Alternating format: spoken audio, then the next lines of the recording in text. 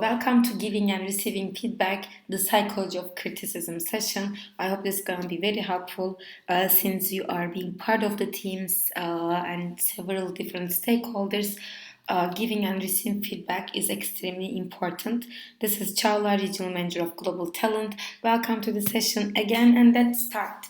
What is the psychology of criticism? So, no matter how good work that we do, or how whatever we do in our life or in the organization, we are always receiving some criticism, and it's eventually going to come our way. So it is really important for us to go through these toughest conversations that we are going through as we are understanding, as we are perceiving, because it is like hearing potential negative things about yourself is probably not your favorite activity, and most of us would rather avoid the awkwardness that comes with telling someone else how they could improve.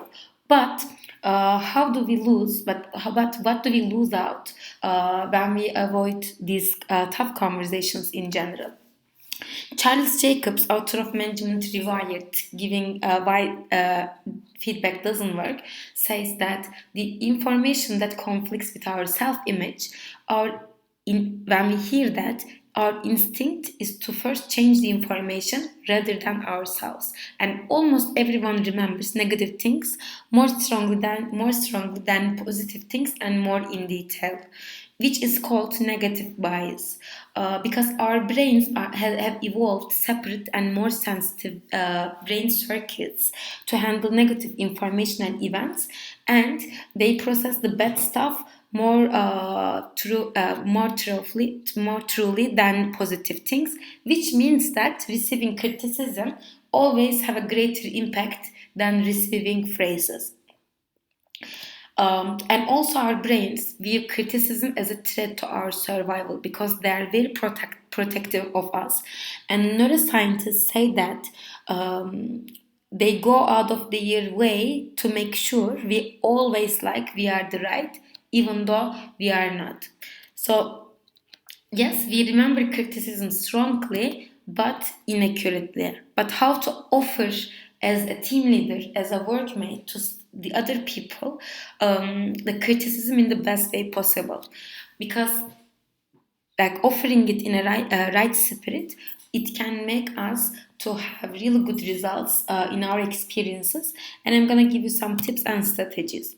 First of all, we need to ensure that the feedback provider is credible in the eyes of the recipient and should be trusted by the person that we are giving feedback, and we need to have good intentions in general, and the timing circumstances of the feedback should be appropriate so that you are not damaging the current situation that you have, should be interactive, and also your message should be clear and helpful to the recipient. So for that, you need to reflect on your purpose of offering feedback to a person. There are some right factors and also right reasons and wrong reasons to give feedback. Right reasons to give feedback should be commitment, concern for another, sense of responsibility, guide, mentor person, also support them. But what are the wrong reasons? Defending, excusing our own behaviors, demoralizing the person because we're in a bad mood, we give feedback, or we can make ourselves seem like extremely powerful, etc., in our roles overall. So there is a really cool saying here that if we are mindful, we can come to such discussions from a place of care. When we do it, we can enter into beautiful moments of inquiry where we have no easy answers but can help the colleague assess himself or herself more truthfully. When we are offering feedback, we need to focus on also the behavior, not the person, because if we talk about the person directly, if we criticize that, the person might not take it directly and might not be open to your criticism, because when you are addressing the situation, you need to talk about the situation, action or behavior, but you should not talk about directly the person's identity. Also, don't forget to lead with the questions. There's a great Example here, you can read that with the right questions, one of the manager was firing an assistant by giving a feedback, but actually that person uh, didn't have anxiety about leaving the group, but understood what are the best reasons to do that. So when we are giving feedback to a person, we need to ensure that we need to put some positivity in it. We must all know about it. Just to remind one more time, the modified criticism sandwich. How it was. This is the best way for us to give a constructive feedback, criticism to a person. How should we do? First of all, we need to start with some positive comments about the situation and then give some phrases as the second step, especially on the strong points, give some compliments. Then give your criticism in a way that I think you will do great job with blah blah blah. Or one thing that could make this even better is this.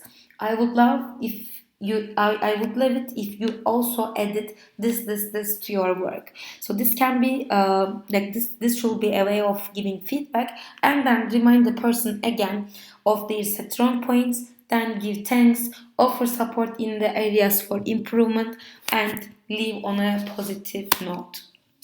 And there is another method that we should also follow is Rosenberg method. So first we start with observations, then we go through feelings, needs, and requests, because these are the great elements for us to be able to give feedback as a gift rather than a curse, right? So there is a step by step it is written here.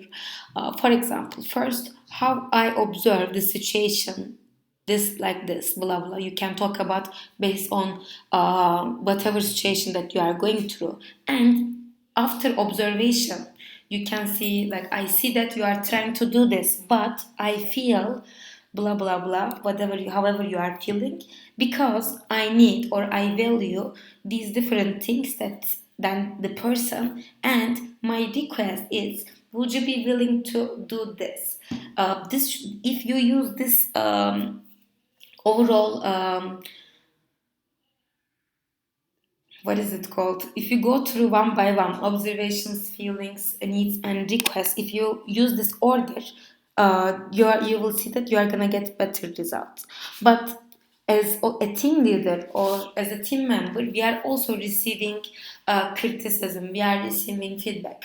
How to prepare for it and receive it in the best way possible? First of all, don't forget to ask a lot of feedback. For what are things that you can ask in common points? First of all, from the people that you trust or you think that they are giving the feedback positively, or they have good intentions, you can always keep asking, what could I do to make my job make your job easier? How could I do better job of following through on commitments? There are different kinds of questions that you can hear. You can use it. Don't forget to ask feedback for often as a summary of this slide, and ask for time to reflect on what you have heard, because Stanford professor Ness says that most people can take only one critical comment in a time. So one of the things that he was saying that you can see in this purple area is that I have stopped people and told them, let me think about this. I am willing to hear more criticism, but not all at one time. So if you need some time to reflect on multiple points of feedback, don't be afraid to say so, and they will be understanding you. And also there is an article in this part in this slide you can see here. You can always go there and read if you are more interested in this part. And don't forget to cultivate a growth mindset. First of all, when we are hearing the negative feedback, we go through like challenges, obstacles that we are going through. But if you embrace the challenge, if you take this as a learning point, the things are going to change for you, and you are going to see the feedback as an opportunity for improvement. And take credit for your mistake to grow. especially like continual experimentation is the new normal, says the psychologist Carissa Tucker. With risk comes failure. You cannot elevate the level of risk taking without helping people make sense of failure, and to some extent feel safe with failure. So take a page from embracing failure movement and treasure the opportunities you are given to improve and grow. There is a good GCP from Buffer. This is a company. They are right. This is a platform for content. You must know about it, how they are giving and receiving feedback in their teams. So first of all, this there is a process called the mastermind at feedback, and every 2 weeks a team leader is meeting with every member and going through this following structure. If you have 10 minutes to share and celebrate your achievements, they do it, and then 40 minutes to discuss the current job challenges, then 10 minutes for the team lead to share feedback, then 10 minutes to give feedback to the team leader in general. This is a great GCP that we can also use in our teams currently. Don't forget, our values guide the feedback process in general. So always choose positivity and happiness. Approach the things in a positive and optimistic way, even though they are not going perfectly. Don't complain that much. Ensure that these people are giving, like, understanding you in a way that where you are caring about them, caring about the job, caring about the team. It's the same thing that when you should have the same feeling and the same thoughts when you are receiving a feedback. And also have a focus on self improvement, because you need to have a high expectation of yourself. You need to develop your habits. You need to improve the current level of productivity. So feedback is a great way for us to improve ourselves in personal and in professional level. When it comes to your case, most probably in Isaac, you have so many stakeholders. Maybe you have commission, you have ESTs, you have members, you have a team leader, and giving and receiving feedback is always gonna help you and your team to improve your performance. And I hope you can use and apply to all of the things that you learned here. It's almost done. Take the quiz below in the link. Thank you so much for being here. Have a great day. Bye.